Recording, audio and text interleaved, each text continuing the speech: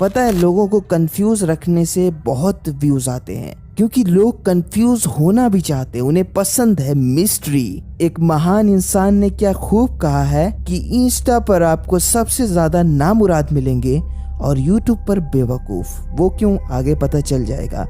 Actually में कितने लोग इस वीडियो का पार्ट 2 चाहते थे, मगर मैंने इस वीडियो की बाकी चीजें क्यों कवर नहीं की और क्यों मैं नहीं करूंगा, इसके पीछे एक ही रीजन है, वो है कि इसने ज्यादातर बिब्लिकल वर्सेस का इस्तेमाल किया है।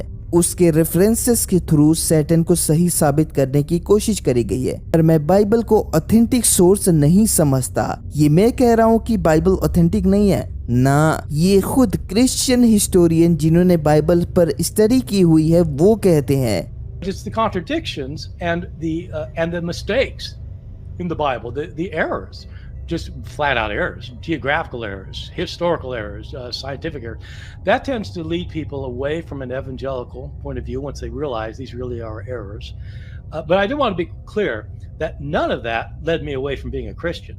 बाइबल में बहुत सारी गलतियां हैं। अब ये तो वही बात हो गई ना, सिर्फ कंफ्यूजन से कंफ्यूजन ही क्रिएट होगी। एक मिनट, कहीं आप ये नहीं सोच रहे ना कि बाइबल के चैप्टर मैथ्यू जॉन मार्क को मैथ्यू जॉन मार्क ने ही लिखा है? कौन गधा कह रहा है? खुद बाइबल के स्कॉलर्स ये मानते हैं कि गॉस्पल के ऑथर्स जो हैं कौन है किसी को नहीं पता है, एनोनिमस हैं। तो ऐसे में कोई शख्स ये कहे कि एडम और ईव ने जो फल खाया था वो नॉलेज वाला था, तो कोई सेंस ही नहीं बनता, क्योंकि जहाँ से आप इस वाक्य को बता रहे हो वो बुक ही सही नहीं है, तो उसमें कॉन्ट्रडिक्शन भरे पड़े हैं। तो वो बात सही है या नहीं किसी को नहीं पता। रही बात कुरान की, तो मैंने देखा कई लोगों ने कमेंट किया कि क्या प्रूफ है कि ये किताबें सही हैं, ये सारी किताबें तो इंसानों ने ही लिखी है ना। पहली बात, इन्हीं किताबों से तिर जैसे लोगों ने अपना अकीदा बनाया हुआ है। दूसरी चीज, मेरा सवाल है, कभी आपने इन किताबों को पढ़ा भी है? ना, गलती मेरी है, मुझे पहले यही एक्सप्लेन करना चाहिए था। मुझे क्या पता था कि नेटफ्लिक्स देखने वाले बच्चे भी मेरी वीडियोस को देखेंगे। खैर, तो आप ही बताएं, तिर्क के पास क्या प्रूफ था, क्या ऑथेंटिसिटी थी? एक सड़ी हुई बुक जो मेरे मामा का लड़का भी लिख दे, जो सैटेनिक बाइबल की सस्ती कॉपी थी जिसमें बस कहानियां ही मौजूद थी। और मैंने इसका रिप्लाई कुरान से इसलिए दिया क्योंकि आज के टाइम में सबसे ज्यादा सेफ बुक जो है जिसमें जरा भी चेंजेस नहीं आए वो कुरान है। और मैं कुरान को लास्ट बुक और सबसे सेफ बुक इसलिए नहीं मानता कि मैं मुस्लिम हूँ, बल्कि मैंने आपको पहले ही बताया था कि मैं एक एथियस्ट था जिसने पहले बाइबल पर स्टडी करी थी। इसीलिए क्रिश्चियन के साथ आप मेरा एक अटूट बंधन देखेंगे। फिर उसके बाद मैंने कुरान पर स्टडी करी और मैं अभी एक इस्लामिक एक्सॉर्सिस्ट हूँ। कुरान एक वाहिद ऐसी किताब है जो आज तक प्योर है, जिसका जिम्मा गॉड ने खुद लिया हुआ है कि मैं इस बुक को सेफ रखूंगा, और मेरे पास इसका साइंटिफिक प्रूफ भी है। एंड दैट्स व्हाई कुरान सबसे बेहतरीन सोर्स है लूसीफर के वाक़े का। पर कुरान भी तो इंसान ही ने लिखा है। अच्छा जी, इंसान ने लिखा है तो आप भी तो इंसान ही हो। चलो कुरान जैसा एक चैप्टर लिख के दिखा दो फटाफट। ये मिरेकल है कि कुरान जैसी बुक कोई लिख ही नहीं सकता। जब पहली किताब और इल्म को लोग बदल देते हैं तो गॉड एक इंसान को चुनता है और उसके थ्रू वो अपने मैसेजेस को हम तक पहुंचाता है, पिछली चीजों को क्लियर करता है। कुरान डायरेक्ट ऐसी बुक है जो सीधा खुदा के चुने बंदे पर उतरी और वो जबानी हम तक पहुंची। अगर दुनिया से तुम सारे कुरान को भी खत्म कर दो, कुरान के पेजेस को गायब भी कर दो, फिर भी हमें कुरान याद होगी और हम उसको वापस से उन पन्नों पर लाएंगे। खैर, वीडियो कुरान के मिरेकल के ऊपर नहीं है, पर अगर आपके पास बेहतरीन सोर्स नहीं है तो मैं आपकी बात को कचड़े के भाव भी नहीं समझता हूँ। अगर आपके पास कुरान से भी बेहतर सोर्स है तो पेश करो, वक्त कयामत तक है। क्रिश्चियनिटी से कोई बात लेकर उसका उल्टा करो तो कोई सेंस नहीं बनता, क्योंकि क्रिश्चियनिटी खुद गड्ढे में है। नॉस्टिसिज्म, सैटेनिज्म, आप देखो कि ये लोग क्रिश्चियनिटी से इतनी नफरत क्यों करते हैं, इतना क्यों चिढ़ते हैं वो? बिकॉज ऑफ जो उन पर पास्ट में जुल्म किए गए, इस वजह से वो क्रिश्चियन गॉड से बिल्कुल नफरत करते हैं और उसकी तौहीन करते हैं कि वो इवल था। यहाँ मैं जीसस की बात नहीं कर रहा, बल्कि फादर की बात कर रहा हूँ, जो हमारे लिए एक फरिश्ता था, उसने हमें उससे बचाया। और गॉड इतना जालिम है कि वो हमें कंट्रोल करना चाहता है, फला फला। हम अपनी जिंदगी अपनी हवस के मुताबिक बिताना चाहते हैं, वो हमें रोकता है। यही तो समझने की चीज है। शैतान आपको आपकी डिजायर के पीछे भगाता है। एंटॉन लावे की बुक सैटेनिक बाइबल में क्या चीज मेंशन है? एलिस्टर क्रॉली की बुक ऑफ लॉ में क्या टीचिंग दी गई है? डू व्हाट थू विल, जो मन में आए वो करो, कोई ब्लैक एंड व्हाइट नहीं, कोई अच्छाई बुराई नहीं। ऐसे में इंसान की डिजायर एक ऐसी चीज है जिस पर इंसान कंट्रोल नहीं कर सकता, और डिजायर जितनी आप पूरी करोगे उतनी बढ़ेगी और एंड में जाकर आपको डिप्रेशन के अलावा कुछ भी मिलने वाला नहीं या उससे भी बदतर हो सकता है। दूसरी चीज, इन टीचिंग से मोरालिटी बिल्कुल खत्म हो जाती है और जिस सोसाइटी में मोरालिटी खत्म हो जाए वो सोसाइटी फिर इंसानों की नहीं रह जाती बल्कि जानवरों की रह जाती है, ज्यादातर ब्रॉथल ही बन जाती है या LGTV या उससे भी बुरी। चलो मैं आपको रियल स्टोरी सुनाता हूँ, 2008 या 9 मुझे बराबर याद नहीं है, लेकिन ये रियल है, जिसमें 17-18 साल के 2 टीनेजर्स ने जो अभी कॉलेज में पढ़ रहे थे उन्होंने अपनी क्लासमेट को डिलीट कर दिया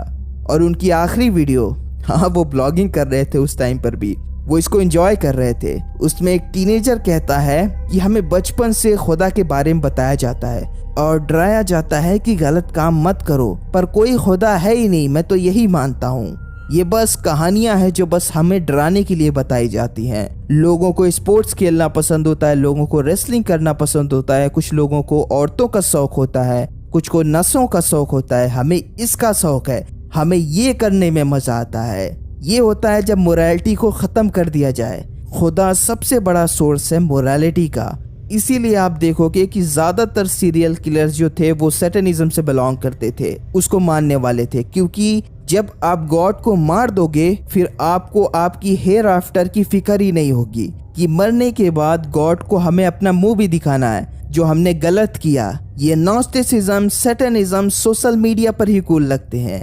ओ लूसीफर द फॉलन एंजल, एक खूबसूरत सा फरिश्ता, द किंग ऑफ हेल, ऐसा कुछ है ही नहीं। किसने कहा तुमसे वो फरिश्ता था? पूरी बाइबल में एक जगह भी ये कहीं मेंशन नहीं कि लूसीफर के साथ एंजल या फॉलन एंजल लफ्ज जोड़ा गया हो।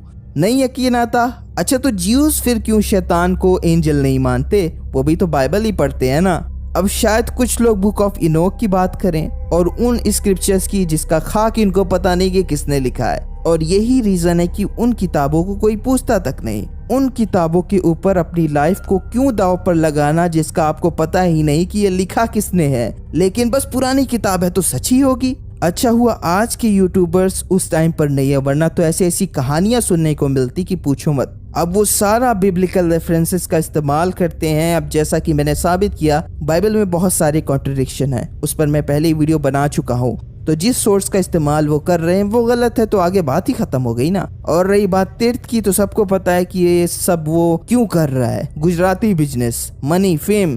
कभी आप देखोगे कहीं ये बंदा गले में क्रॉस लटका कर घूम रहा है और कहीं ये बंदा जो है शॉर्ट्स में कुरान की आयत को डाल रहा है, इसे भी नहीं पता वो कर क्या रहा है। ये सिर्फ कूल दिखाने के लिए कि मैंने अपनी सोल बेच दी, ऐसा कुछ नहीं है, ऐसा कुछ है ही नहीं। बहरहाल ये सब छोड़े, मैं आज आपको वो सीक्रेट बताने वाला हूँ जो कोई नहीं बताएगा, और वो इस बारे में है कि लूसीफर ने क्यों बगावत करी। हमें अक्सर सुनने को मिलता है कि वो खुद खुदा बनना चाहता था और यही रीजन था कि उसने बगावत करी, पर ये चीज भी बाइबल के अंदर कहीं पर भी नहीं है, बल्कि लूसीफर की कोई बैक स्टोरी है ही नहीं बाइबल के अंदर, चाहे ओल्ड टेस्टामेंट हो या न्यू टेस्टामेंट। इसके लिए लूसीफर की स्टोरी को भी लोगों ने गलत तरीके से बनाना शुरू कर दिया।